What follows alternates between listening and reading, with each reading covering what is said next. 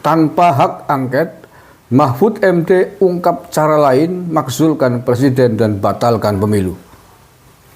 Begitu destruktif kan statementnya dalam konteks politik.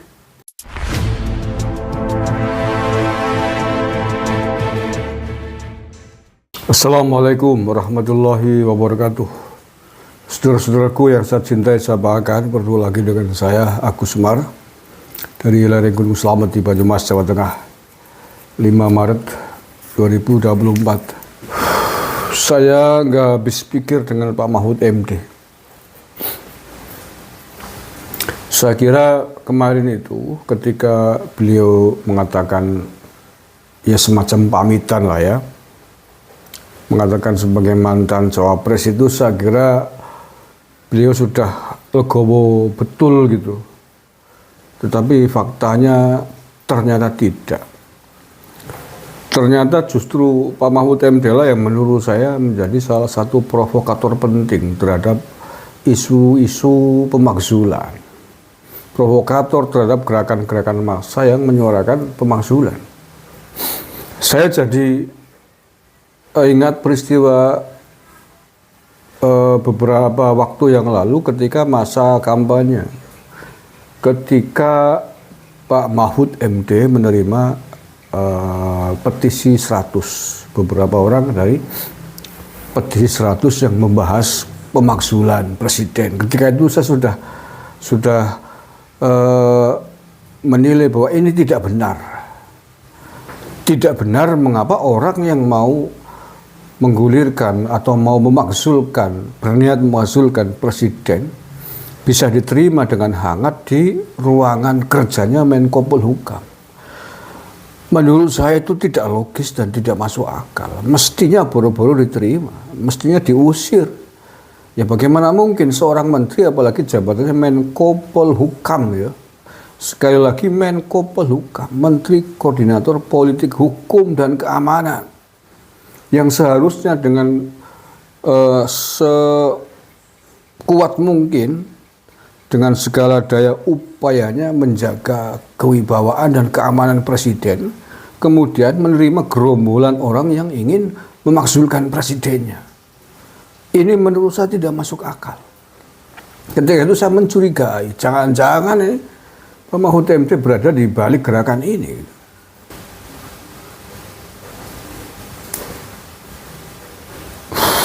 Bagi saya tidak masuk akal. Karena beliau masih menjadi pembantunya presiden, menjadi tangan kanannya presiden yang harusnya menjaga keamanan presiden. Kok ada orang mau menurunkan presiden, ibarat mau merampok harta kekuasaannya presiden, diizinkan di ruang kerjanya. Bukankah tidak masuk akal? Kalau saya jadi Presiden Jokowi ketika itu sudah saya pecat saat itu juga. Karena ini berbahaya nih, orang tak percaya suruh menjaga keamanan saya. Jadikan Menko Polhukam, kok menerima maling-maling, kan kasarnya begitu. Orang mau ngerampok tahta saya, singgasana saya, kok diberikan tempat, ruang dan waktu yang terhormat, diajak diskusi. Itu kan namanya kan pagar makan tanaman, pagar yang mestinya melindungi malah menerima perampok, kan begitu ibaratnya. Orang mau masukkan presiden jelas mau merampok, kan kasarnya kan begitu, mau makar gitu. Wah, ini kalau zamannya Pak Harto udah langsung tangkap nih Pak Mahfud MD, kalau zamannya Pak Harto loh ya. Allah ya karim. Kemudian ketika debat cawapres, ketika itu Pak Mahfud terang-terangan mengkritik, mengkoreksi kebijakannya Pak Jokowi tentang ekspor impor. Saya juga kaget ketika itu. Bagaimana mungkin menteri aktif ya ketika itu belum mundur menjadi Menko Polhukam. Dia mengkoreksi, menyalahkan kebijakan presiden tentang impor. Saya kaget bukan main. Bagaimana mungkin menteri berani menyalahkan presidennya? Karena dia masih aktif ketika itu belum mundur. Kalau sudah mundur, oke. Makanya kemudian muncullah wacana kalau begitu Pak Mahfud MD mundur saja. Sehingga kemudian bisa bebas mengkritik, mengkoreksi presidennya. Tetapi sepanjang masih duduk di kursinya sebagai Menko Polhukam, tidak bisa dong menyalahkan, mengkoreksi presidennya. Karena menteri adalah pembantu presiden, tangan kanan presiden. Harus tegak lurus, dia itu disiplin kalau mau jadi menteri ya begitu, kalau nggak mau mundur. Tapi menurut saya sih ada hikmahnya, alhamdulillah kemudian dia mundur. Seandainya ketika itu tidak mundur sampai hari ini masih menjadi menteri, sangat berbahaya sekali. Melihat fenomena dinamika pasca pilpres seperti ini. Ini saya baca berita di hari ini, hari tanggal 5 Maret ya. Ini saya baca di bisnis.com, tanpa hak angket, Mahfud MD ungkap cara lain makzulkan presiden dan batalkan pemilu. Begitu destruktif kan statementnya dalam konteks politik. Orang sudah kalah dalam pilpres kemarin, masih berpikir memakzulkan presiden yang pernah mengangkatnya menjadi menteri, dan masih berpikir membatalkan pemilu. Ini luar biasa, saya tidak percaya bahwa ini bisa keluar dari statementnya Pak Mahfud MD. Ya sekali lagi untung sekali Pak Mahfud MD sudah mundur. Kalau enggak, wah ini bahaya sekali, bisa jadi musuh dalam selimut. Allah ya karim. Sahabat saya, Cawapres nomor urut 3 Mahfud MD mengatakan bahwa ada cara lain untuk bisa memakzulkan presiden dan membatalkan hasil pemilu tanpa perlu hak angket. Mungkin Pak Mahfud melihat hak angket tidak akan berhasil sih untuk membatalkan pemilu atau memakzulkan Pak Jokowi. Oke, saya baca dulu ya. Apa maunya Pak Mahfud MD? Langkah apa yang akan Pak Mahfud MD katakan untuk memakzulkan presiden dan membatalkan pemilu? Astagfirullah. Nggak habis pikir sekali mantan Menko Polhukam ya. DPR melaksanakan rapat paripurna pada Selasa 5 Maret hari ini. Di tengah riuhnya hak angket, beberapa pihak mendorong penggunaan hak angket DPR untuk mengusut kecurangan pemilu 2024. Soal hak angket, Mahfud MD sempat membuka forum diskusi di Twitter pada 26 Februari yang lalu ya. Mahfud menyatakan bahwa kekisruhan pemilu kali ini bisa dilakukan dengan 2 jalur. Pertama adalah hukum, yang kedua adalah politik. Jalur hukum menurut Mahfud MD punya kekuatan untuk membatalkan hasil pemilu dengan syarat ada bukti dan hakim MK yang berani. Sementara melalui jalur politik tidak bisa membatalkan pemilu, namun bisa memberikan sanksi politik kepada presiden. Minimal ada jalur resmi untuk menyelesaikan kekisruhan pemilu 2024. Yang pertama jalur hukum melalui MK yang bisa membatalkan hasil pemilu asal ada bukti dan hakim MK berani. Yang kedua jalur politik melalui angket di DPR yang tak bisa membatalkan hasil pemilu tapi bisa menjatuhkan sanksi politik kepada presiden. Oh, jadi itu ya Pak Mahfud, tujuannya ingin menjatuhkan, melengsarkan, makzulkan Pak Presiden ya. Oke. Termasuk impeachment tergantung pada konfigurasi politiknya. Tulisnya di platform X pada 26 Februari yang lalu. Menurut Mahfud, jalur hukum bisa ditempuh oleh paslon yang arenanya adalah MK, sementara jalur politik bisa ditempuh oleh anggota parpol yang arenanya adalah DPR. Menanggapi hal tersebut, beberapa warganet memberikan komentar. Salah satu yang cukup mendapat perhatian adalah pertanyaan, adakah jalan lain selain jalur hukum dan jalur politik seperti disebutkan? Mahfud MD mengatakan bahwa ada alternatif lain, namun ini melibatkan banyak pihak. Jalan yang dimaksud adalah public pressure. Oh, tekanan publik. People power ini kata lainnya. Kayak Amin Rais lama-lama Mahfud MD ini ngomporin people power, ya public pressure, cuma istilahnya public pressure, tekanan publik ya sama lah. People power, demo, aksi unjuk rasa, turun jalan. Ternyata Pak Mahfud MD ini yang ikut jadi kompor tekanan massa. Walah, Pak Mahfud. Kasihan panjenengan.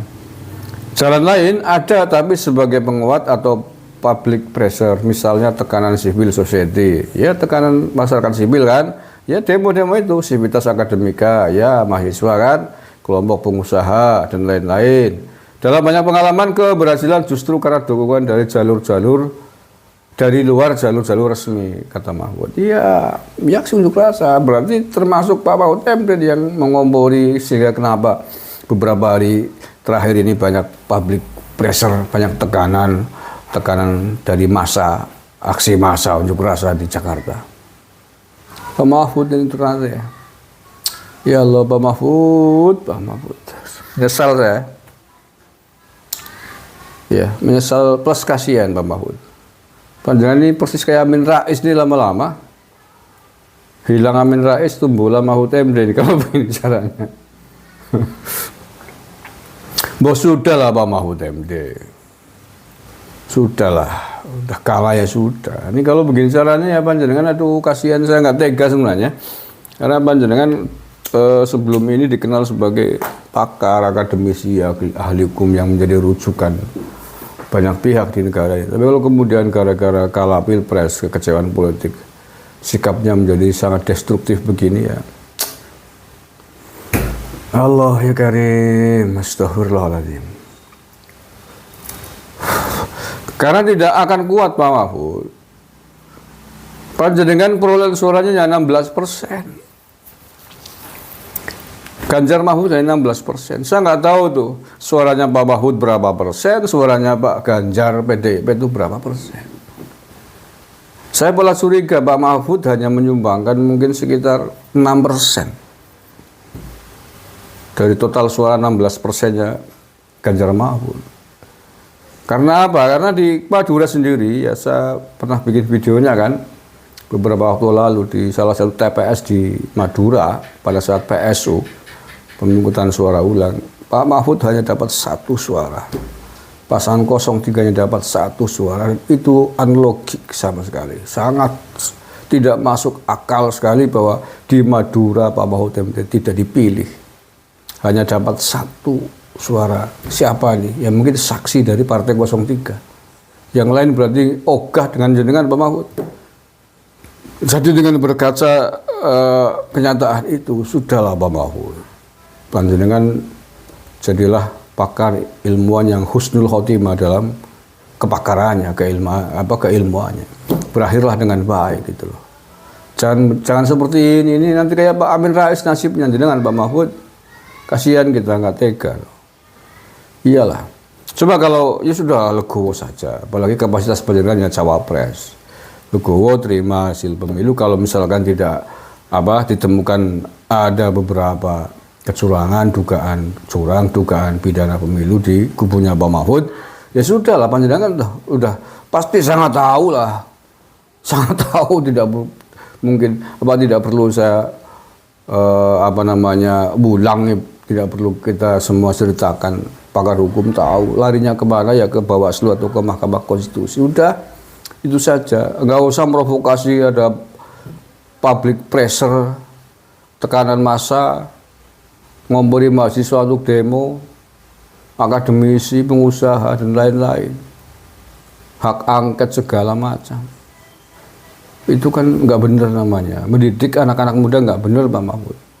Ya panjenengan kan pakar hukum lah, katanya berjuang untuk demokrasi dan keadilan. Demokrasi telah kita lalui, pesta demokrasi telah usai, hasilnya panjenengan kalah telak 16%, terima aja itu. Itu hukum tertinggi dalam pesta demokrasi kita hari ini. Hanya 16%, legowo lah, itu lebih baik. Dan panjenengan akan berakhir menjadi politisi, menjadi akademisi yang dikenal baik dengan reputasi yang baik. Tapi kalau begini caranya ya walau alam bisawab Pak Mahfud. Gak tegas sebenarnya saya bikin video ini, tapi ya apa boleh buat, waktunya begitu. Tetap panjenengan kompor juga. Terima kasih, kurang lebihnya maaf. Assalamualaikum warahmatullahi wabarakatuh.